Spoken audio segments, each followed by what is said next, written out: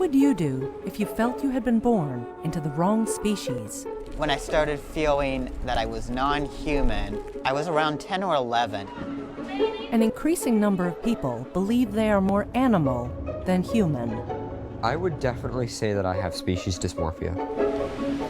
I have these hands and this body, but internally, I am a leopard. On all levels except physical, I am a wolf.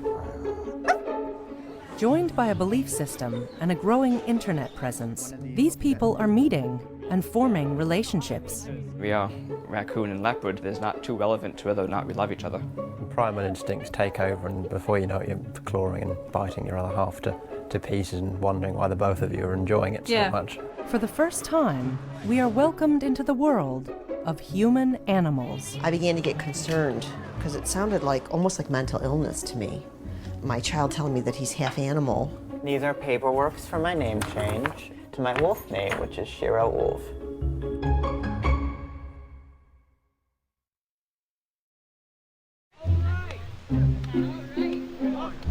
What's he dressing up like? In our changing world, a new subculture of humanity is evolving. These people don't believe that they are human at all. Identifying with a particular species, they are collectively known as otherkin and Therians. Some choose to dress up as the species they think they are.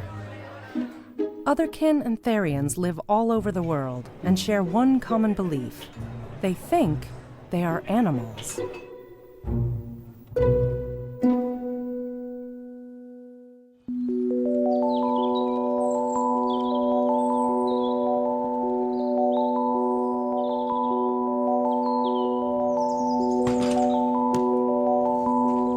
People have asked me, well, do you ever get sick of it? Do you ever get sick of thinking about it?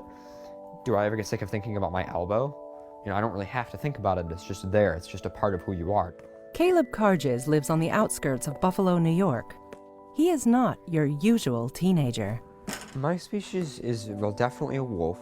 Lately, I've been leaning more towards red wolf specifically, not only because the type of environments I like, but also because of the way I act. If I could look in the mirror and choose what I saw, I would see an anthropomorphized version of myself that was half wolf, half human. Caleb is part of the growing phenomenon of people who believe in some way that they are an animal. We believe that mentally, or at least cognitively, we are more connected with the animal side of ourselves than we are the human side of ourselves. And whether that be just the way we try to act in our life, or the way we try to communicate with the people we love or our friends, it's something that's very noticeable. It's something that needs to be constantly purged in your head, because you constantly have to realize, oh, that's right, I think differently. Therians identify psychologically and spiritually with an animal. And since the age of 6, Caleb has believed he is a wolf. I have a couple tails. This is the one that I've been wearing for the most part. It's a little bit less realistic. This one's a bit more cartoony, but I like it because it's easier to manage. I used to have actually what was a decommissioned fursuit tail, and it bothered the hell out of me because it was just inconvenient in every way. And this one's like a lot more cute and a lot more playful. So to go out in public with it, I think it fits a lot more. But it fits me and it fits my size and it has my colors. That's actually where I sleep. Right now there's a cat where I sleep, but normally that's where I sleep, and it's mostly computers in here actually. I like it quite a lot because it gets quite warm in here, and as a red wolf I like warm temperatures.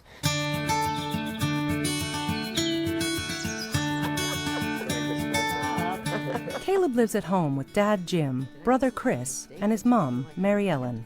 Well, when you first told me about being a Therian, and you said you felt you were part animal, and you said to me, Mom, what you look at when you see me, this is not who I am.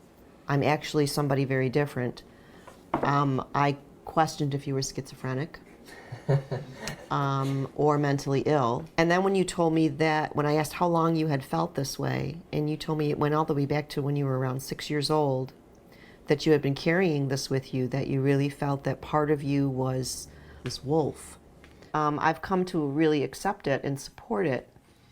I get a little bit sad sometimes that Caleb is so involved in his own world that he seldom comes into our world.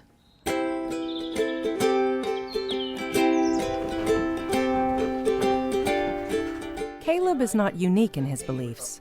He is part of a small Therian community of people in Buffalo. They include Stephen, a leopard, and Timothy, a raccoon. Together, they run an amateur radio show from his bedroom. It broadcasts to hundreds of people like them all around the world. Hey guys, welcome back. This is episode 102. I am your host of this evening, Paradox the Wolf. I am your Blue Fox host, Pharaoh. I'm your co-host in training, Shroud the leopard. I'm your guest, Minnock the raccoon. All right, next email that I got here. Hey guys, my name is Kobe, and I am an orange, blue, and white male German Shepherd. I am also bisexual, and I am 19 years old, and I'm having some huge issues with my parents in relation to being Therian. Is there any help explaining this to them? How did you do it?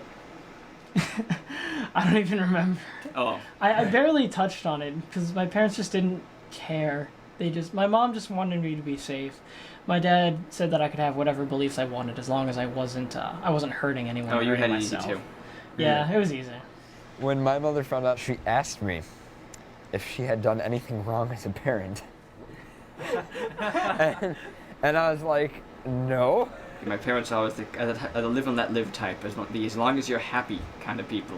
Right. So as far as how I had to do it, it's not like I could offer advice from my personal experience. Yeah. Because I had it easy.